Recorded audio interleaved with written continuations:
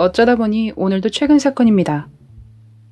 그리고 이번 사건은 조사하다가 사진에서 스크롤을 쭉 내리다 생각지도 못하던 걸 보고 지금까지 머릿속에 남아 있습니다. 비앙카 데빈스는 소셜미디어 스타였습니다. 졸업을 앞두고 곧 새로운 대학을 다닐 생각에 설레어 있습니다. 사실 그녀는 스스로에게 힘들어하는 부분들이 있었고 온라인 세상에서 자신의 부분들을 털어놓고는 했습니다. 상담도 했고 비앙카 스스로도 자신의 증상을 극복하기 위해 노력했고 엄마는 혹시라도 온라인에서 만난 친구를 실제로 만나게 된다면 꼭 자신에게 알려달라고 부탁했었습니다. 비앙카 역시 흔쾌히 알겠다고 대답해 주었습니다. 약속대로 비앙카는 5월 초 새로운 친구를 사귀었다며 엄마에게 말해 주었습니다. 그녀는 그 새로운 친구를 실제로 만났었고 엄마 역시 그를 만나게 됩니다. 그는 브랜든 클라크였습니다. 그에 대한 인상은 굉장히 좋았습니다. 착하고 좋은 아이처럼 보인다고 엄마는 생각했습니다. 비앙카와 브랜든은 주기적인 만남을 갖기 시작했고 그녀의 가족에 대한 이야기도 많이 나누었습니다. 이 착하고 밝은 청년은 처음에 자신을 19살이라고 말했지만 사실 21살이었습니다. 비앙카가 곧 대학을 들어갈 예정이었어도 그보단 어렸고 그녀 역시 그와 데이트를 하고 싶지는 않다고 엄마에게 얘기했었습니다. 아마 브랜드는 비앙카와 다른 마음이었지 싶습니다. 그들이 알게 된 방법으로 추측해 볼 수 있습니다. 말했다시피 비앙카는 인스타그램에서 꽤 유명한 상태였고 이렇게 딱 보기에도 아름답고 이쁘고 인형 같은 미모의 여성이었습니다. 브랜드는 인스타를 통해 그녀를 알게 됐을 것이고 그녀의 외모에 반했을 것입니다. 그래서 자신감 있게 그녀에게 팔로우를 하고 두 사람은 친해져 채팅을 했습니다. 그렇다 보니 대화도 많이 나누고 브랜든의 입장에서는 내가 비앙카랑 좀 돈독해졌구나 싶었을 것입니다. 근데 이게 생각하기 나름인 게 비앙카는 그를 좋은 친구 정도로 생각했던 것이고 브랜드는 우린 서로 통했다. 우린 썸이다. 라고 생각하지 않았을까 싶습니다. 엄마는 딸의 말을 듣고 걱정이 됐습니다. 그녀도 느낀 거죠. 브랜든의 비앙카를 향한 행동과 마음들이 일반 친구의 마음이 아니라는 것을요. 에이 엄마, 그런 거 아니야. 그러니까 걱정하지 마. 비앙카는 엄마의 걱정을 눈치채고 그녀를 달랬습니다. 그렇게 두 사람 각자 서로에 대해 다른 생각을 가지고 친분을 이어갔습니다. 7월, 비앙카가 정말 좋아하는 가수의 콘서트가 열립니다. 니콜 돌랑게르라는 여성으로 그녀는 캐나다 출신의 가수였습니다. 일반적인 가수들과는 조금 다른 주제를 가지고 노래를 만드는 것으로 굉장히 유명한 가수라고 합니다. 좋아하는 가수의 콘서트이다 보니 비앙카는 너무 설레하고 정말 행복해 보였고 엄마는 이제 어른이나 다름없는 딸을 편히 보내주기로 합니다. 가지 말라고 해도 갈 것이 뻔했으니까요. 비앙카는 새롭게 알게 된 친구와 함께 콘서트를 보기로 했다고 엄마에게 미리 알려주었습니다. 콘서트 당일날 아침, 콘서트를 가는 게 얼마나 기쁜지 알 수 있을 정도로 그녀는 행복해 보였습니다. 거실에서 흥얼거리며 춤을 췄고 여러 옷을 입어보며 뭐가 가장 이쁠지 엄마에게 보여주었습니다. 그렇게 고민 끝에 결정한 옷들은 상의는 검은색 탱크탑, 하의는 검은색과 흰색의 체크무늬 치마, 작은 벨벳의 검은색 가방이었습니다. 조심하고 너무 늦지 않게 돌아오렴. 사랑한다 딸. 브랜든 비앙카 잘 부탁해. 오후 2시 30분. 떠나기 전에 서로를 끌어안으며 사랑한다고 말해주고 인사를 한 뒤 출발했습니다. 퀸즈로 가는 동안 엄마에게 여러 문자와 풍경의 사진을 찍어 보내주었고 그것을 받은 엄마는 비앙카의 즐거운 마음을 함께 느낄 수 있었습니다.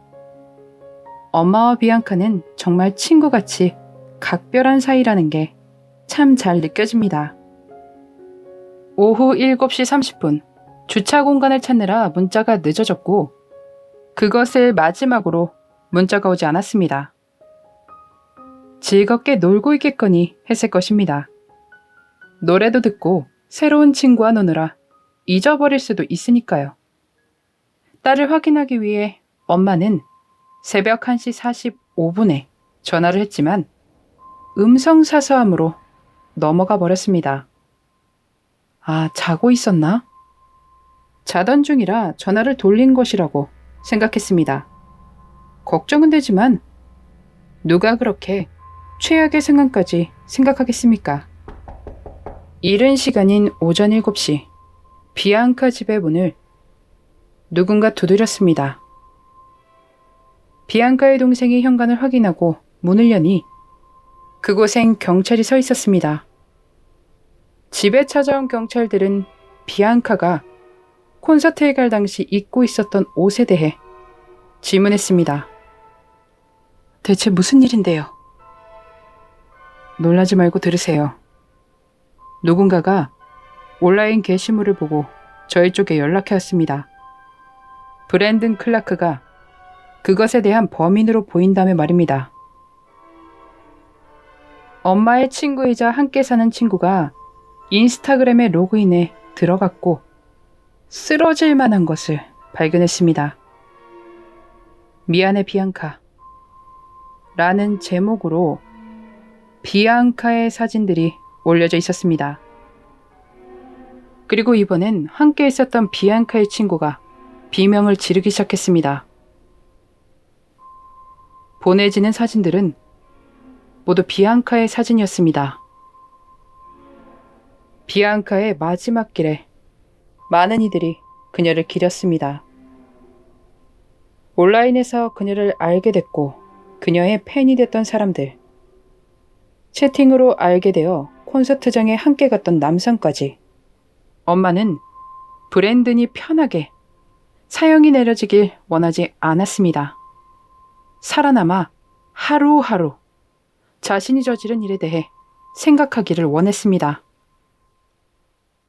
그렇게 사람 좋아 보이고 착해 보이던 브랜든은 사실 정반대의 사람이었던 것입니다. 브랜든은 왜 그랬을까요? 검찰은 이렇게 추측했습니다. 콘서트장에서 비앙카가 새로 알게 된 남성과 입맞춤을 나누었고 그게 문제가 됐다고 말입니다. 새로운 증거들이 나오기 전까지는 그렇게 생각했습니다. 그러나 새 증거들이 나오고 사실은 모든 게 계획됐을 수도 있다는 의견이 제시되기 시작했습니다. 그의 차량에서 준비물들을 찾아냈기 때문입니다. 경찰은 온라인 제보 말고도 브랜든이 직접 911에 전화를 걸고 현장에 출동했었습니다. 경찰이 현장에 도착하자마자 브랜든은 세상을 떠나려고 했습니다. 브랜든이 올린 사진들은 그가 삭제를 했지만 여러분 온라인이 얼마나 무섭습니까? 순식간이었습니다. 그것을 발견한 사람들은 사진을 캡처하고 자신의 팔로워 수를 올리기 위해 다시 사진을 게시했습니다.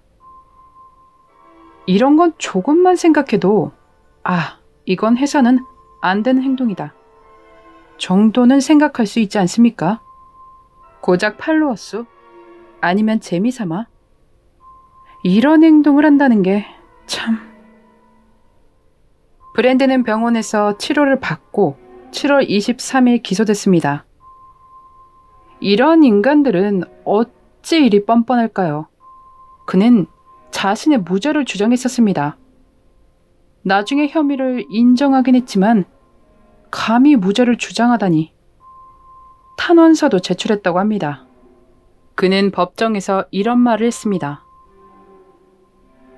나는 내가 되돌릴 수 없는 일을, 내가 하고 싶은 만큼 할 수 없는 것을 깨달아야 한다고 생각합니다.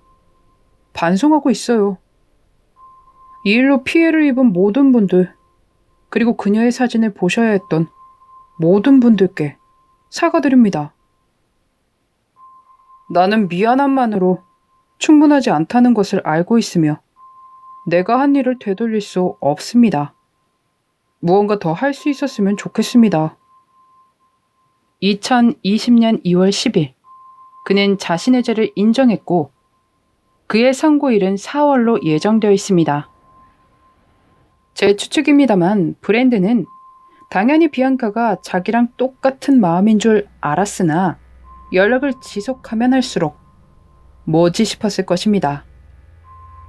비앙카는 엄마가 걱정하기도 했으니 더 철벽을 치료하지 않았을까요?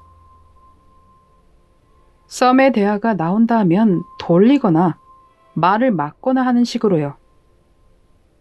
그리고 나서 그런 것에 씩씩거리며 혼자 분노한 거겠죠. 예의와 친절과 이성 간의 호감을 구분하는 법을 키워야 할 사람들이 세상에 왜 이리 많을까요? 비앙카가 훌훌 털어버리고 다음 세상에선 행복했으면 좋겠습니다. 소셜 미디어 스타를 사랑한 브랜든 클라크의 그날의 미스터리였습니다.